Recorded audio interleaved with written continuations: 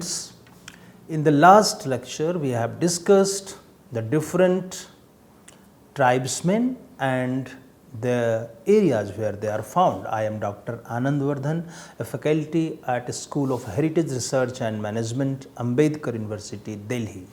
I will discuss in this lecture the history and significance of social formation of Indian tribes. I mean to say how different culture groups emerge in India and how their identities have been significant. We are going to discuss how tribal communities evolved and formed distinct identities in our country. The basic idea is all about our perception of such communities that have a specific mode of production and livelihood. The formation of identity is essentially a question of perception by the other. Our identity lies in a manner in which we are perceived by others. This implies, when applied to tribes, that the formation of tribal identity is dependent upon their perception by the non-tribal, I mean other communities. The issue of the formation of tribal identity, therefore, involves mainly three questions. What is the process through which tribes are formed? What are the constitutive elements which shape the identity formation of the tribes, and what is the relationship between the tribes and the mainstream civilization? In other words, what are the significant markers which distinguish the tribal identity from the mainstream civilizational zones? In this section, we will focus on these basic questions related to formation of tribal societies. So friends, tribal identity is basically all about ethnic identity. It is all about our perception about a particular social group known for its distinct cultural and linguistic ideas and values. This means that ethnic homogeneity along with other factors characterizes a tribe. I mean to say that homogeneity is the basic principle for calling a community a tribe. Tribe represents a historical continuity and exclusiveness in cultural behavior. Groups which had been living together without losing or diluting their specific cultural characteristics were identified or are identified as tribes. The formation of the tribal identity, as indeed that of tribes, was a product of economic, ecological and technological isolation. In other words, human groups of a similar ethnicity which remained isolated than the rest of the world through geography or the use of a specific primitive technology or through economic specificity were formed into a tribe and came to acquire a tribal identity. Before we take up the other question, it is important to remember that tribes are a distinct category at two levels. The first level of demarcation is with the civilizational zones or the mainstream culture. But tribes can also be distinguished from each other on the basis of different other classifications. The 400 Indian tribes covering a population of about 50 million people are different not only from the tribal universe but also within themselves.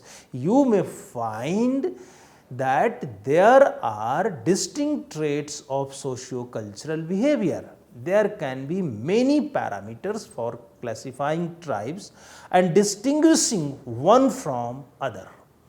The administrative constitutional classification is based on the criteria of educational attainment, and economic and social status of different social groups. Likewise, anthropologists would ask to classify on the basis of the mode of production, extent of distance from mainstream civilization, their geographical spread, their distinct language, their exclusive ethnic cultural roots, their religion, their kinship network, and undoubtedly their occupational structure. It is on the basis of either of the above criteria that a tribe can be distinguished from the other. For instance, N.K. Bose, a prominent scholar, divides various tribal societies into hunters and food gatherers, animal herders, persons following shifting cultivation, and settled agriculturists. Similarly, other divisions can be made on ecological, social, linguistic, or religious basis. It is therefore important to remember that the tribal identity does not preclude the existence of various other identities within. The tribal universe is a plural universe, and one tribe can be as different from the other tribe as from the non-tribal zones. I mean to say, tribal identity means a specific language, religion, ecological zone, cultural habit, or a specific mode of production. However, in spite of the fact that tribes of India represented an assortment of communities, different in size, mode of livelihood, and social organization, certain features characterize almost all societies. For instance, all tribes are marked by a survival and durability of collective identities. All the tribes have generally homogeneous, undifferentiated, and unstratified societies compared to the mainstream zones. I mean to say, tribal societies to a greater extent are egalitarian society, where you don't find in general social and economic stratification which is very explicit like the culture, I mean mainstream culture.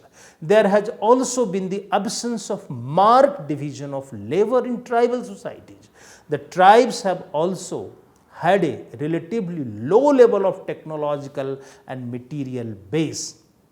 I mean to say that in general tribal people follow very primitive lifestyle. Their technology is also primitive, and their economic life can be considered as a kind of static economic system. These are some of the specific features which have shaped the formation of tribal identity in India and the world. These elements have also survived long periods of interaction with mainstreams. Tribal cultures can be understood in relationship between among different tribes and the mainstream cultural life of others. Friends, as we have learned that generally tribal societies lived in isolation, and they are often identified on the basis of their distinct lifestyle. The tribes located at the periphery and not surrounded by a non-tribal presence in any proximity remained untouched by any kind of interaction with the mainland. However, you may find tribal society who have been in interaction with mainstream culture since very long time as well, but they believed in maintaining their distinguished cultural traits. Their relationship with others was marked by an almost complete isolation. We generally perceive that Tribals are those who live in secluded areas and they follow a very distinct life system. Onge, Jarwa and other indigenous tribes of the Andaman Island are some of the examples of those tribes who lived thoroughly a secluded life. Various other tribes survived their basic features but incorporated some of the social practices of the mainstream cultures as a result of long period of interaction and cultural interface. For instance, it has been demonstrated by anthropologists that Baga and Khond tribes of peninsular India share the same structure of kinship as the present day Tamil Nadu, the center of an ancient civilization with one of the oldest literary languages in the world. Similarly, it has been found that many tribes of Rajasthan and Gujarat have no separate language of their own, but they speak the language of the region where they are located. These tribes obviously lost their languages and adopted the language of the region as a result of interaction with the mainstream culture. You may find people of Jharkhand, mainly from different tribal communities, specifically, you can identify them as Cheros and Orang, also Santals, who speak very good Hindi or Maghi or a local language Panch Pargania. But the adoption of new language did not lead to the loss of their tribal identity. Likewise, adhering rigidity to endogamy has been a feature of almost all Indian tribes, though it is not a universal characteristic of tribes elsewhere. Endogamy is a trait which Indian tribes share with the Indian non-tribal mainland, though it will be difficult to argue that this common trait has removed their differences, but it does demonstrate the interpretation of the two identities. 8. Another model of interaction has produced the absorption for the fusion of tribal identity into the dominant religion or culture. This has happened through the assimilation of tribes into mainly the Hindu religion and has been called by anthropologists and Hindu method of tribal absorption. This was a phenomena which appeared in different regions of the country. So, Indian tribes should specifically be known for adopting the culture of the different communities, and this interaction played a very important role in acculturation of such tribes. The tribes affected by this form of interaction are the ones in the interior hills and the forest where the influence of civilization other than Hinduism was absent. The Bhil, Munda, Santhal, Zhuang and various other tribes fall into the category. I would like to enlighten you that many tribal kingdoms were formed in India. Gonds followed the Hindu trait of life and formed a large empire in central India. Similarly, Cheros and Kharwars ruled over a large part of Bihar, Jharkhand and modern day Uttar Pradesh, and they adopted all the modes of Brahmanic or the traditional way of Hindu life. This fusion took place in a variety of ways, both socio-economic and political. When the material base of a tribe was endangered because of increase in population or any other reason, the tribe intended to move closer to the mainstream society in proximity in order to acquire economic security. This often led to the placement of much tribes at the lowest rank of the caste hierarchy. However, you may find a trend that many of the tribals upgraded themselves as Kshatriyas, and this is why we have Gond Kshatriyas and also Cheros who emerged as the clan of Kshatriyas. Similarly, the adaptation of Hindu belief and practices by some tribes brought them into the orbit of Hindu order like many other social groups. Likewise, the rise of tribal dynasties to political power like the Chandela tribe invariably led to the Hinduization of the top layer of the tribesmen. This integration into Hindu order which occurred at the top also in due course of time penetrated to the bottom of the tribes. It is important to note that these absorption did not completely efface the tribal identity, but altered and redefined it significantly. I would like to explain you that the mainstream culture of Hinduism itself was influenced by many of the cultic and cultural practices of different tribal communities, and we have adopted many of their modes of worship and even their gods. The formation of tribal identity has acquired a new impetus in modern times, especially after 1950, when the Indian Constitution was adopted. It included a list of the scheduled tribes which was revised in 1976.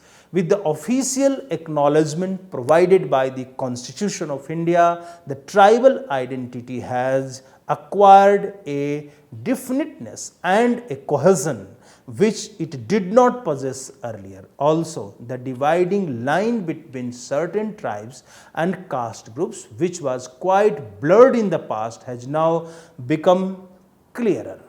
Moreover, the constitutional initiatives, the legal order and the political incentives have also helped in the renovation of all India tribal identity of various tribal groups geographically distant from one another. In other words, tribes as far as a part of Naga, Bega and Toda have now acquired a common interest in maintaining and strengthening an all India tribal identity. Finally, there have also been attempts at a re-tribalization, that is efforts at regaining the tribal identity. For example, the Mahato tribe of Chota Nagpur was classified as a tribe in 1921, but moved closer to the Hindu order and consequently got declassified in the census of 1931. It's an interesting example, but they are again trying to get themselves classified as a tribe. Many communities in northern India are making claims that they should be treated as tribal communities. It is indeed a paradox that with the modernization of India after independence, the proportion of tribal population to total population has gone from 5.30% in 1951 to 7.76% in 1981. Further increase in tribal population has been noted in census reports which have taken place, which have come to light in previous decades. Tribal communities perceive their identification at local or regional level, that is within the existing boundary of the state, union territory, at the inter-regional level across the adjoining state boundaries, at the national level, that is over a large part of the country, while a few identity themselves transnationally.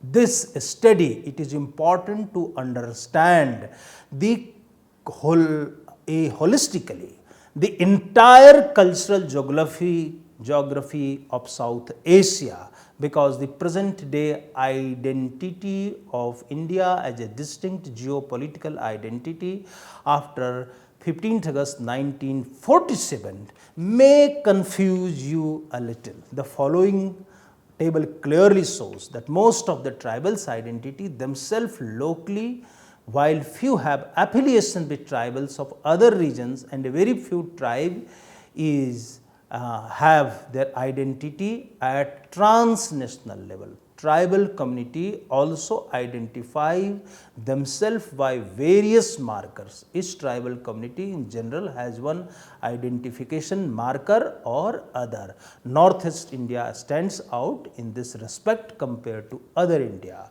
A flag is the identification marker of Khasi, Narian of Meghalaya, Naga, Kabui of Nagaland, the Dalua communities of Odisha, they have distinct flag markers. Central India uses tattooing more frequently as a marker. Tattooing of males is reported among Nahal of Madhya Pradesh, Gond Maria, Gond Ras Gond of Maharashtra, Naga of Nagaland, while tribal communities of Gond, Bhil, Oraon, Pasi, Nahal of Maharashtra, Lavana of Odisha, etc. follow practice of tattooing.